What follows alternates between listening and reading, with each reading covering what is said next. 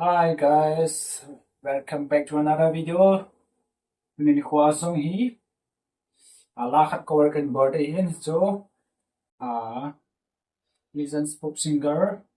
ur thang zalin dongal mala sa khat som khat ina leng comment la so chi keyboard mang cha hi cover kan birthday hi in je chan video e pula pat chai na chan gei na ve ken ven lam non zong la na deu hi lo la cover dinga na phat so mai le sei ben nak kan birthday du he.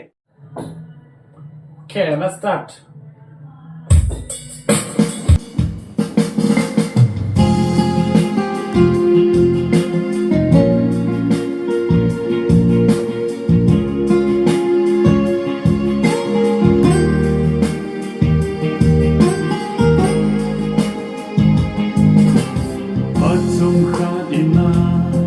Lên khô mình khen nó cô nia cũng số ta hoa lên đi khung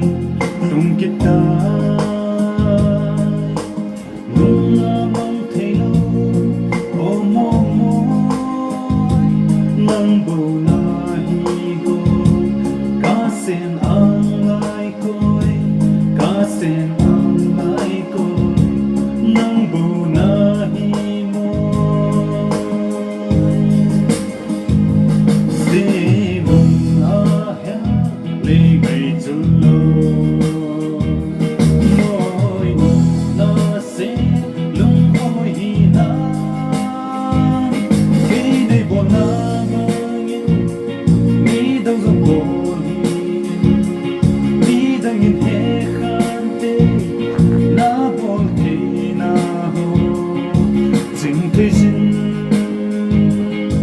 chỉ là em nay mây ta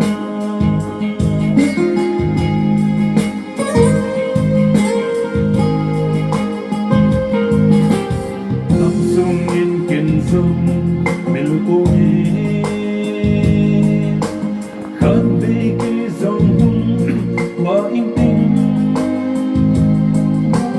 cùng vang cây thì mô này chân là chung qua thế nên dòng hè nát đê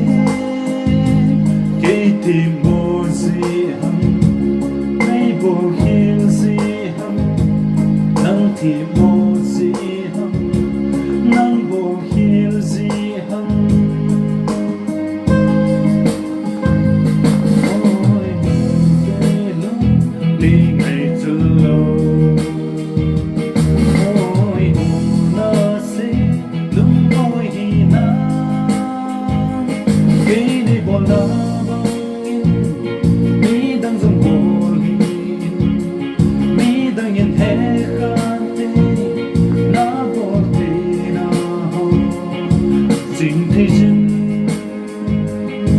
chỉ là em nay mây ta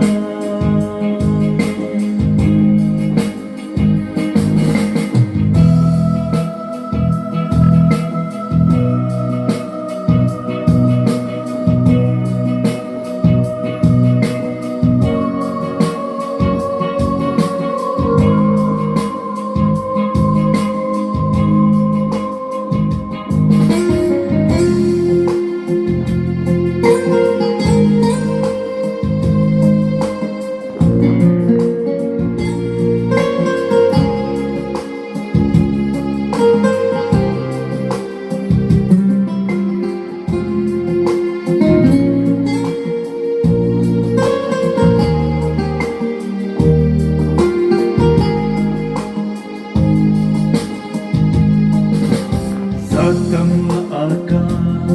milthi lo tung vang milta nghe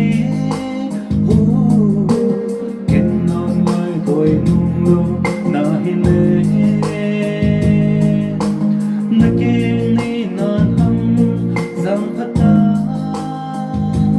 ke zong vang phan ting nang zong vang phan lang chỉ na dân na đâm na nay ta nghe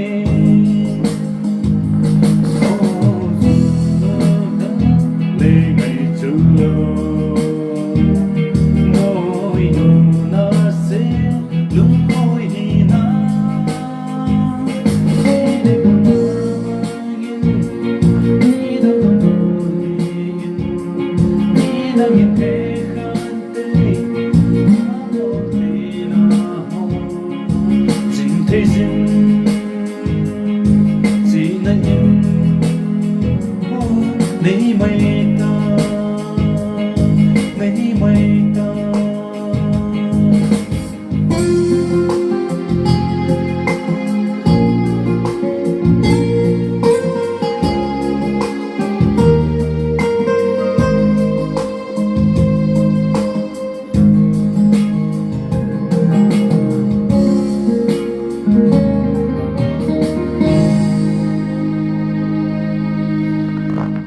Thanks.